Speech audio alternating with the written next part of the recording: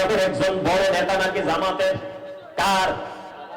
জামাতের একজন বড় নেতা, সে বলতেছে আল্লাহ সিদ্ধান্ত নিয়েছে এবার জামাতকে ক্ষমতায় বসাবে। আপনারা বলেন, আমার সাথে আমার ভাই আছে, আপনি বলেন এই বক্তব্য কুফরির সমতুল্য কিনা? কথা বলেন না, আমি আপনাকে বলি না। আপনারা বলেন আল্লাহ কি কোনো কিছু করতে সিদ্ধান্ত নিতে হয়? আল্লাহর শানে কিভাবে কথা বলতে হয়, আল্লাহর ব্যাপারে কিভাবে কথা বলতে হয়, কিভাবে বন্ধ শব্দ চয়ন করতে হয়, এটা যে জানে না সে নাকি আবার ইসলাম যুক্ত করে ঠিক কিনা বলেন? ইসলামের লেবাস নিয়ে বাংলাদেশে নির্বাচন করতে চায়, তাদের মুখে ইসলামের কথা আর অন্তরে ইসলাম ধ্বংসের পায় তারা। আপনারা দেখেন কি দেখেন না? আমার কথা বলেন না কেন? বন্ধুরা আমার, আপনারা দেখেছেন, তারা দেখেন। আমি আপনাদেরকে একটুখানি বলে দিই, একটু বলার দরকার আছে। আপনারা আমার, কারণ এটা ঈমান আকীদার ব্যাপার। কথা বলেন না কেন? এটা নির্বাচন বা ভোটের ব্যাপার না। আপনারা বলেন আল্লাহ কি কোনো কিছু করতে সিদ্ধান্ত নিতে হয়? আল্লাহ যদি বলে কোন ফায়াকুন, আল্লাহ কোন বলতে দেরি, ফায়াকুন হতে দেরি হয় না। আপনি বলেন ঠিক কিনা? আজকে বলে গার্ডিয়ান অফ চট্টগ্রাম, আমি আজকে দেখলাম কি বলে গার্ডিয়ান অফ চট্টগ্রাম। আপনারা কি ওনাকে দায়িত্ব দিচ্ছেন চট্টগ্রামের অভিভাবক হওয়ার জন্য?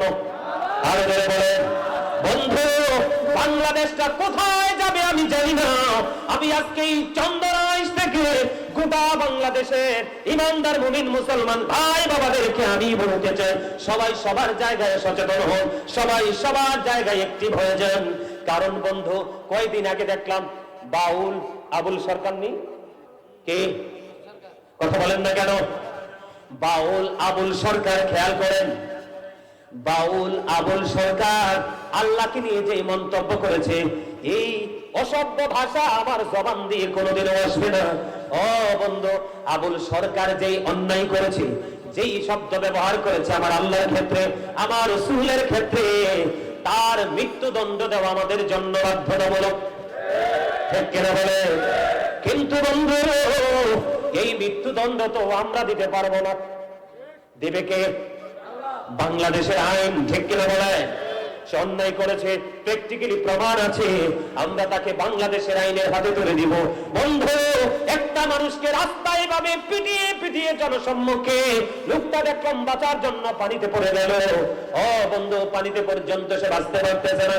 একটা লোক দেখলাম হাঁটতেছে, পিছন দিক দিয়ে আরেকজন দিয়ে আক্রমণাত্মক ভাবে এমন ভাবে লাফ দিয়ে তাকে লাথি মেরেছে, সে লোকটা জানটা নিয়ে কোন রকমে পালিয়েছে। এটা কখনো ইসলামের রীতি বা নিয়ম হতে পারে না।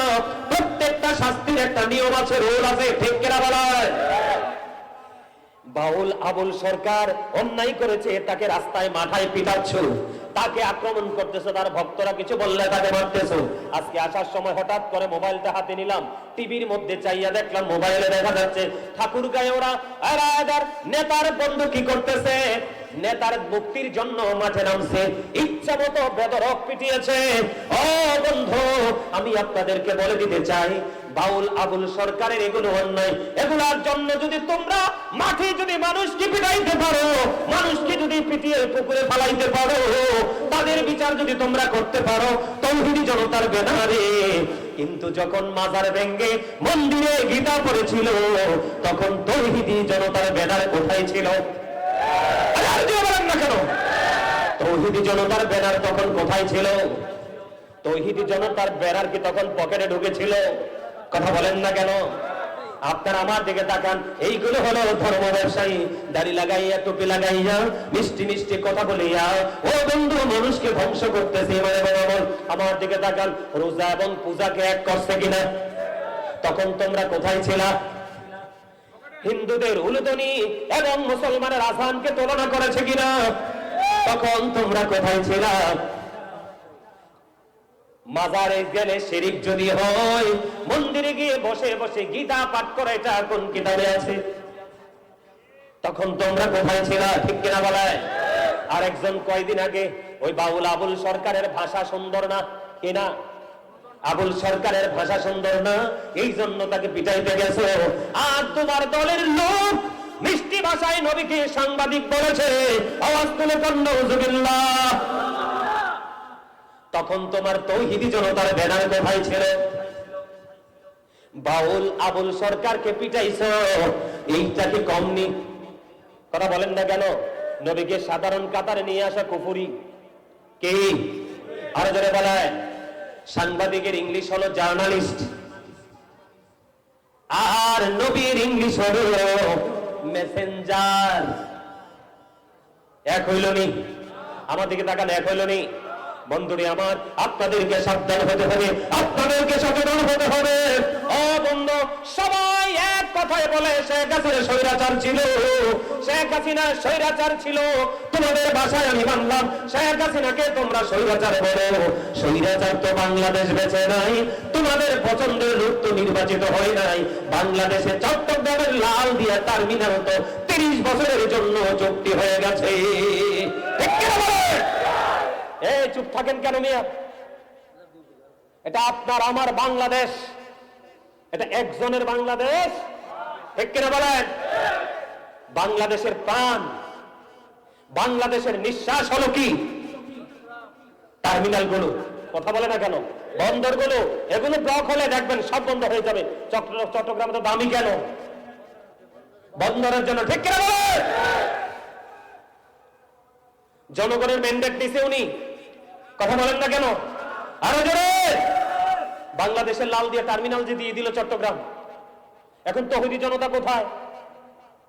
এটার কোন প্রতিবাদ? রোজার পূজা এক হয়ে গেল, মুদ্রার এপিট ওপিট বলা গেল, আজান আর উলুধ্বনিকে এক করে ফেললো, মসজিদ ভেঙ্গে মাজার ভেঙ্গে আপনার মন্দিরে এসে গীতা পাঠ করলো, তখন তৌহিদি জনতার ব্যানার দেখি। ঠিক কিনা বলেন?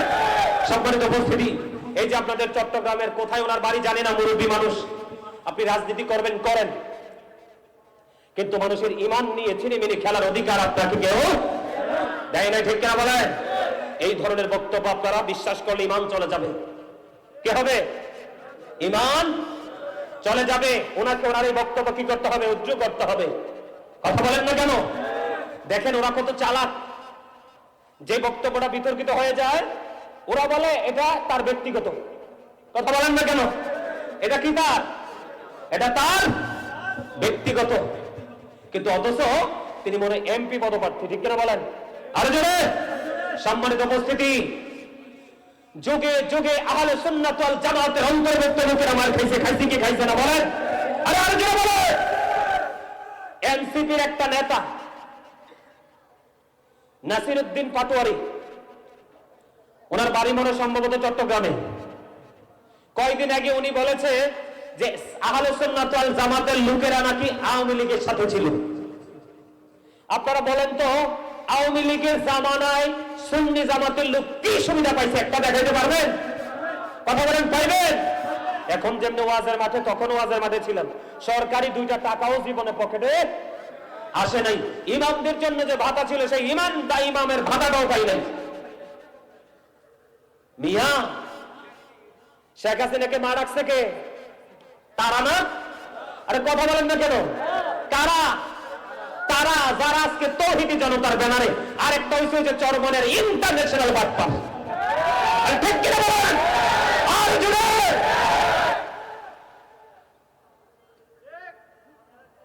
সারা বাংলাদেশের আহলে সুন্নাত ওয়াল জামাতের অন্তর্ভুক্ত প্রত্যেকটা ভাই বাবা মা বোনকে আমি বলতে চাই, আমরা কোন রাজনীতি করি? আমরা কোন রাজনৈতিক দলের সাথে? আমাদের একটা মাত্র দল, সেটা হলো মদিনা ওয়ালার দল। ঠিক কিনা বলেন? আহলে সুন্নাত ওয়াল জামাত এই শেখ হাসিনার আমলে যত সুবিধা নিয়েছে যারা, আজকে তাই আবার তৌহিদি জনতার নামে আপনার কি করতেছে? বাংলাদেশের মধ্যে বিভিন্ন ধরনের অন্যায় অপরাধ করেই চলে যাচ্ছে। আবার মাঝে মাঝে একটা কোরামিন মেরে দেয়, একটা ইনজেকশন মেরে দেয়। আহলে সুন্নাত ওয়াল জামাতের লোকেরা নাকি আওয়ামী লীগের সাথে ছিল। আবার কি কয়? আবার কি বলে যে কি দাড়ি পাল্লায় ভোট দিলে জান্নাতে যাবে। জান্নাত দাড়ি পাল্লায় ভোট দিলে নাকি জান্নাতে যেতে পারবে। নাউজুবিল্লাহ বলেন না মিয়া? আরে আরো জোরে। আপনি নির্বাচন করতে চান, আপনি নির্বাচন করেন। আপনি দল করতে চান, আপনি দল করেন। কিন্তু মানুষের অনুভূতিতে আঘাত করবেন কেন? ধর্মীয় অনুভূতিতে আঘাত করবেন কেন? এই বক্তব্যগুলো আপনারা কখনো বিশ্বাস করবেন না? করবেন? আরে আরো জোরে বলেন, করবেন?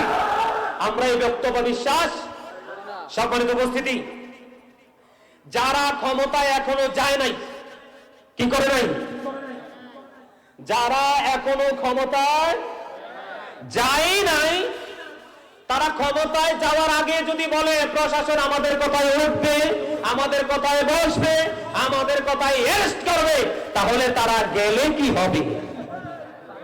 কথা বল না কেন? আরো জোরে। মানুষের মনের অজান্তেই তার মনের গোপন সত্য প্রকাশ হয়ে যায়, যেমন তারা তাদের সত্যটা, কথা বলেন না কেন? এই কথাটা কি আমার না তাদের? আমি জাস্ট আপনাদেরকে শুধু মনে করিয়ে দিয়েছি। কি করে দিয়েছি? মনে করিয়ে দিয়েছি আপনাদেরকে যে আমরা কি হতে হবে, সচেতন হতে হবে, সাবধান হতে হবে। আমি আপনাদেরকে বলে দেই, আমাদের একটা দল, সেই দলের নাম কি? আহলে সুন্নাত ওয়াল জামাত। আর সেই দলের নেতাকে আমার মদিনা। আরো জোরে বলেন। আমার কথা কি বুঝতে পেরেছেন? সারা বাংলাদেশের মানুষ দল মত নির্বিশেষে আমাদের সবাইকে, আমাদের বাংলাদেশের অস্তিত্বকে, বাংলাদেশের সার্বভৌমত্বকে ধরে রাখার জন্য সবাইকে ঐক্যবদ্ধ হতে হবে।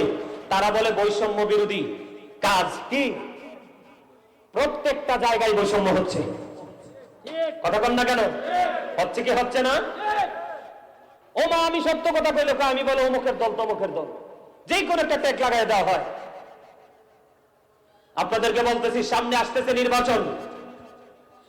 আপনারা অনলাইন ঘেটে দেখবেন, আমার জীবনে আমি এই কথাগুলো বলিনি, আজকে বলতেছি দুঃখ নিয়ে। আজকের যে সাবজেক্ট আসছে, যে বিষয়, সে বিষয়ের সাথে বাস্তবতার মিলে যায়। কোন মুসলমান কি মাজার ভাঙতে পারে? আরে বলেন না।